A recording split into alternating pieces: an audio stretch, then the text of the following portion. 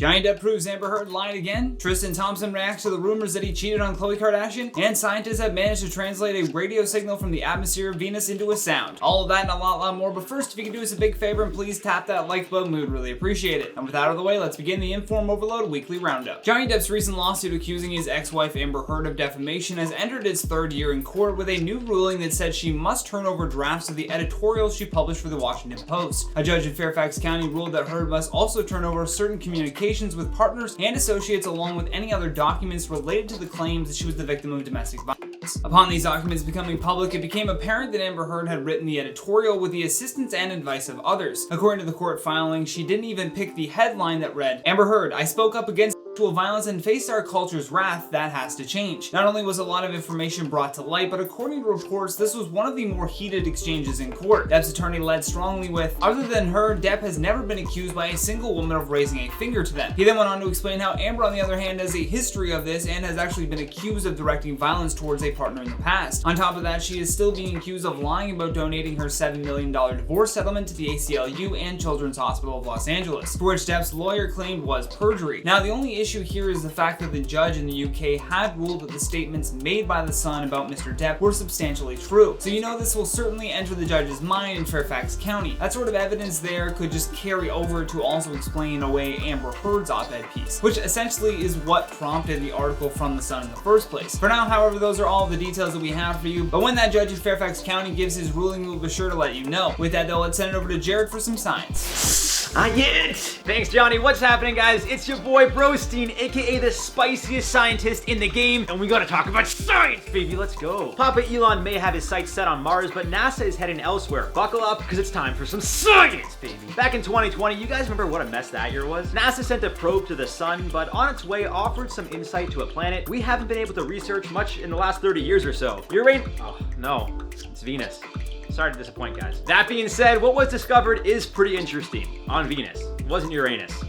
I'm just speaking scientific terms now. That being said, what was discovered is pretty interesting. The information was shared on through an official NASA blog post in which Noor-E Rawafi, a Parker Solar Probe scientist of the Applied Physics Laboratory, explained, I quote, "The goal of flying by Venus is to slow down the spacecraft so that Parker Solar Probe can dive closer to the sun. But we would not miss the opportunity to gather science data and provide unique insights into a mysterious planet such as Venus." Science data, let's go, baby. The probe flew by Venus on July 11th, 2020, making history being the closest flyby to date, just 517 miles above surface. And as it flew by, it appeared to pick up some radio signals, which have since been translated. Wait, does that mean we just translated some alien language? Not so fast, bucko. It seems instead we just heard the sounds of, well, Venus. Still cool. Still science! The probe's Fields instrument is what picked up the frequency, and for those of you who don't know, like I know obviously because I'm a scientist, Fields is named after, I quote, "the electric and magnetic fields it measures in the sun's atmosphere." I mean, it's common knowledge, guys.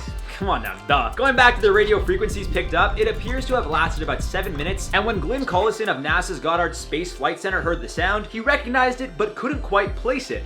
Until now. Turns out he heard a similar sound in the early 2000s when another probe picked up the sounds from Jupiter's moon's ionospheres. Going back to Venus, well, this just means we reached a new part of the planet with the probe that 30 years ago, we just really couldn't. As NASA's post explains, I quote, "Like Earth, Venus sports an electrically charged layer of gas at the upper edge of its atmosphere, called the ionosphere. This sea of charged gases or plasma naturally emits radio waves that can be detected by instruments like Fields." When Collison and his team identified that signal, they realized Parker Solar Probe had skimmed Venus's upper atmosphere, and the data they compared to what they obtained decades ago appeared to prove that the ionosphere was thinner at one point. A co-author on the study, Robin Ramstad, explained, I quote, "When multiple missions are confirming the same result, one after the other, that gives you a lot of confidence that the thinning is real. All in all, given how Earth and Venus have been compared as they appear quite similar, Venus doesn't have a magnetic field, and the surface temperature is so hot it can melt lead, which means humans can't step foot. That being said, this discovery, as per NASA, I quote, helps scientists understand how these twins have evolved and what makes Earth, like planets, habitable or not. And if it helps science, well, I'm on board, baby. Let's go for some science. Back to Johnny. Thanks for those updates, Jared. Now let's move on to some feel-good news, shall we? Our hero of the week has to be Missouri teacher Robin Mock, who donated her kidney to a 5-year-old student. From the time she was born, 5-year-old Kaylee's life has been nothing but surgeries, dialysis, and visits to the doctor. Born 26 weeks premature and after spending more than 150 days in a neonatal intensive care unit, she was diagnosed with partial blindness, a compromised immune system, and failing kidneys that have since required 11 hours of dialysis treatment every single day. So needless to say, her parents were desperate to find Kaylee Khloe a new kidney, but they certainly did not expect it to come from her classroom. Robin, who is an early childhood special education teacher, has been teaching Khloe for more than 2 years now. Upon finding out that she needed a transplant, Robin said that she didn't think twice about it and offered her own. Fortunately, after 3 months of tests to make sure that her kidney would be a suitable match, the doctors have approved the transplant. While speaking with media outlets covering this story, Robin told them, "I don't think people realize how easy it is to donate, so I hope by sharing our story, more people will think about doing it." Following the successful surgery, Khloe's health has drastically improved, and now she doesn't even have to be tethered to a dialysis machine every night. As for Robin, she doesn't consider what she did to be heroic. She said that it was all part of her job as a teacher, adding, "If a kid needs a backpack or shoes at school, I get them the backpack or shoes. It's kind of the same thing. Khloe needed a kidney, and whatever she needs, I'm going to give it to her." Well, regardless, we still view her as our hero of the week for this incredibly generous and life-changing donation. With that though, let's head over to the spill zone with Mackenzie. Thanks, Johnny. So today we got some updates on the Tristan Thompson cheating scandal. This is of course the third time that Tristan has been accused of cheating on Khloe Kardashian that we know of. However, Tristan is now lawyering up, and he's claimed that the cheating allegations are false. Instagram model Sydney Chase claimed that she hooked up with Tristan multiple times on the No Jumper podcast. She also claimed that Tristan said that Khloe was not his type, among other things, on an Instagram live. But TMZ has reported that Tristan has hired celebrity attorney Marty Singer to send a cease and desist letter to Sydney to force her to stop spreading lies. Tristan's lawyer called Sydney's claims, quote, malicious, defamatory fabrications. The letter also states that Tristan claims that he's never had a relationship with Sydney nor sent her any text messages. Tristan's lawyers also claim this is just a he said, she said, since Sydney has not showed any solid proof of their interaction. So it seems the situation just got a whole lot messier. But this is definitely very interesting, because the last few times that Tristan had been accused of cheating, he never denied it and never got lawyers involved. However, this time he's taking serious legal action, which could mean that she actually is lying, especially since she recently pitched a reality TV show with Black China to cash in on her 15 minutes of fame. But then on the flip side, this is the only time that Tristan has been accused of cheating without any footage of it happening, so maybe she's just an easy target for his lawyers. Let me know what you're thinking about this whole thing below. It is an absolute mess, and I really want to hear your thoughts in the comments. Now back over to Johnny for the comments. Thanks so much for those updates, Mackenzie. Well, folks, that has been today's show, but before we get out of here, let's check out some of your comments from our last weekly roundup. Hypersonic says, "I feel like Jared goes to the gym with a science book for motivation." I mean, maybe?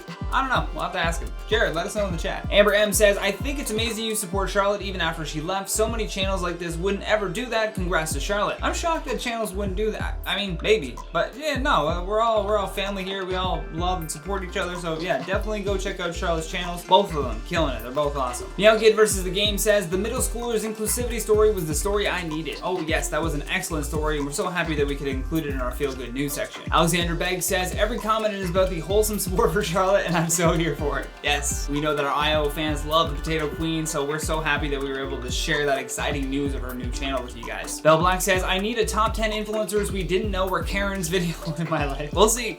We'll see. That sounds like a pretty good title though. I mean, it sounds like something we would do. But for now, that has been today's show. Big thanks to Jared Bronstein and Mackenzie Smith and our editing god Danielle for all of her hard work. I've been your host, Johnny Rogers, and until next time, stay classy, YouTube. Don't forget the bloopers. There's lots. Hey, it's the weekly roundup. Let's go. Squeaky chair and all.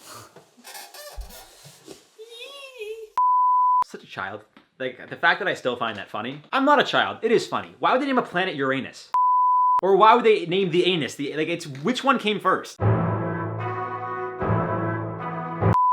Parker Solar Probe scientist of the Applied Physics Laboratory explained. And then I have to go into the quote.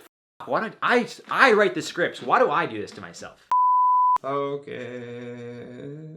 As soon as my camera decides to focus. The f. Scroll, scroll, scroll.